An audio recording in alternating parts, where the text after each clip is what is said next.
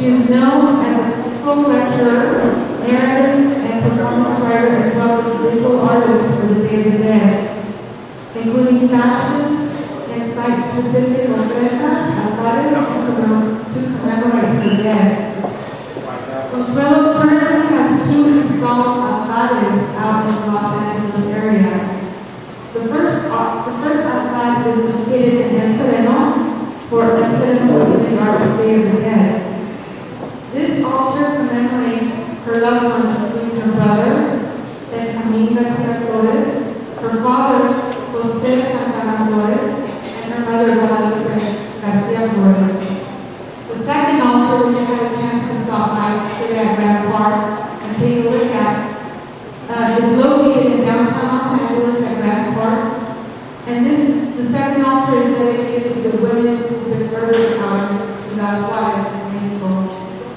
Consuelo has taken part in the walking altares at Mexico de Nopal, which I've also had a chance to take a look at that, and also many other Day of the Dead events around Los Angeles. So please help me welcome our guest lecturer, Consuelo Flores.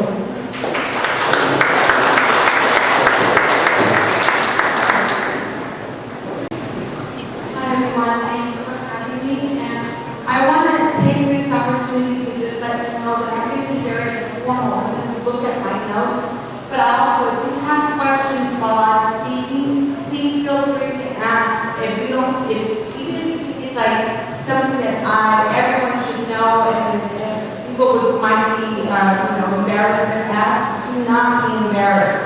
The only way to learn is to ask questions, and that's what I did. And I'll tell you, at one point, I was embarrassed because I didn't know. And people would ask me questions I couldn't answer. So,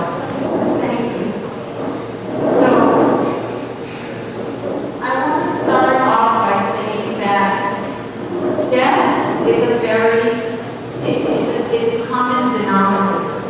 All of us will pass through those doors. So the Day of the Dead, in essence, is 3 things. The first is to recognize and acknowledge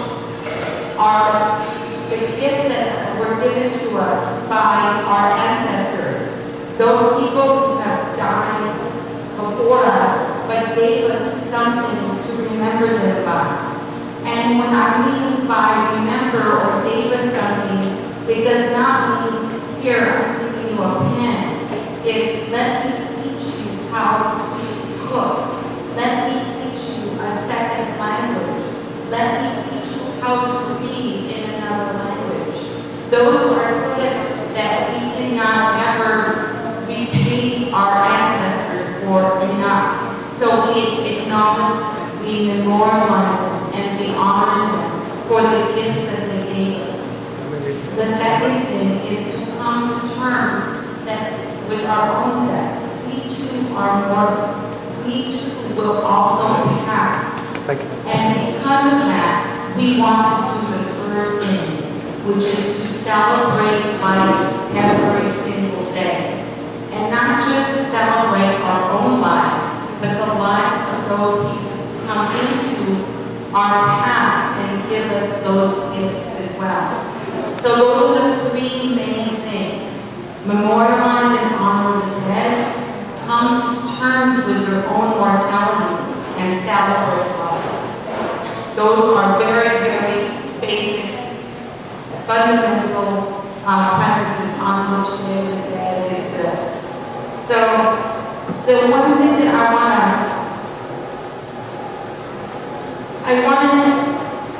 it is a cultural celebration, meaning that this specific Day of the Dead event has its roots firmly placed in the land that we call Mexico, in the land that we know to be Mexico. And that includes a large part of the North American continent, including parts of the Southwest. But it is still very specific to the southern part of Mexico, where the indigenous communities are still very much alive. And in fact, Spanish is the second language, not the first. So the southern part of Mexico is where the indigenous culture is still very much alive. And in fact, Spanish is the second language. They have 52 subcultures there. And it was very, very ceremonial initially. And it was a method of connecting the living with their dead. They did a lot of ceremony for it, where they disinterred their living, and they retold the story of their lives in a very, very specific way. If it was an elder male, then the elder males of the community would gather the disinterred body and rebury it, telling the story of the life of that person, so that again, the children would know who their ancestors were. It wasn't an ancestor, it was a relative. The elder women did the same thing.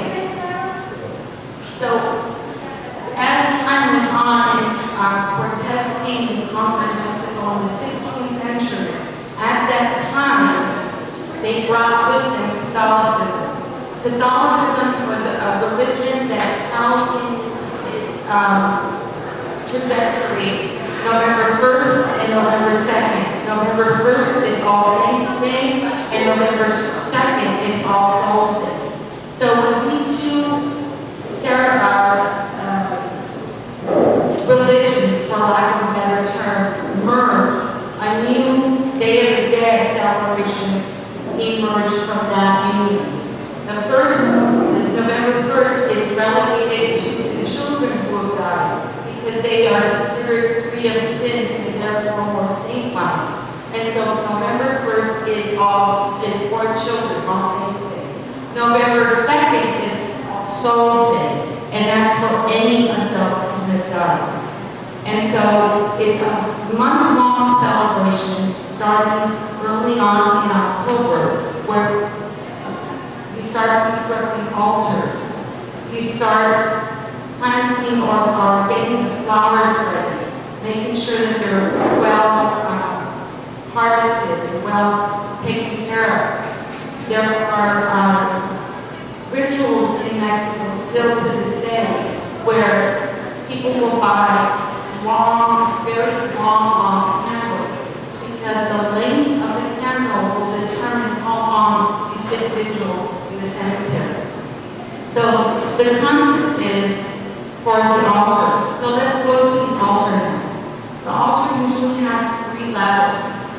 The first level has usually sand, candles, rocks, any of the connective tissue that connects any one of us. So look at our bodies. We have the flesh, we have the muscle, we have the skin. That's very common for any one of us. We all have that. So that's the first level, the connective tissue. The second level is what is specific to the person who died. So the second level will be the color of our eyes, the shape of our nose, the shape of our eyes, the color of our hair, how we are, our personalities. So you will find on the altar on the second level, you will find music, you will find clothing, you will find, I put for my father a set of chess, a game, because he loved to play chess. For my brother, I put a bottle of Aramis cologne, because that was his cologne. For my mother, I put a lot of cooking pot, which she cooked. And then I connected all of them with flowers and food, because we all need the food my mother made. And the last level of the altar is usually the one that's the highest, and that is the focus of the altar. The altar's whole focus will be features, very prominent features of the people who died. So, in my case, I have 3. It's my mother, my father, and my brother. And so I remember them all the time. I have a perpetual altar at home. Never take it down. It is always up. And I see them every day. I remain connected with them every day. And that is something that I choose to do. It's something that I try to do because I want to celebrate their lives and to mourn their death. They're still with me.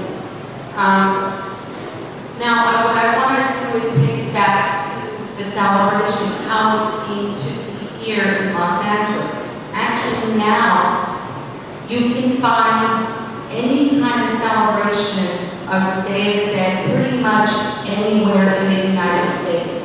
I came from Texas. I went to Texas for a little bit, and I went to a tiny little town. And I stayed there overnight, and when I was walking up and down the street, I found the Day of the Dead there. So Day of the Dead has exploded in the United States.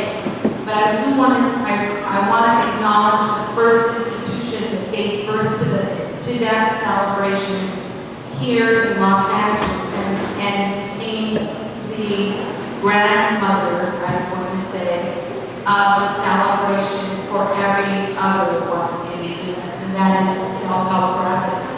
Self-help graphics is a cultural institution that was it's still in Royal Heights now, it's in East LA, and it started off in 1972. The first celebration of the Day of the Dead was in 1972. And it started off because of a rather challenging period politically and socially for the community of East Los Angeles.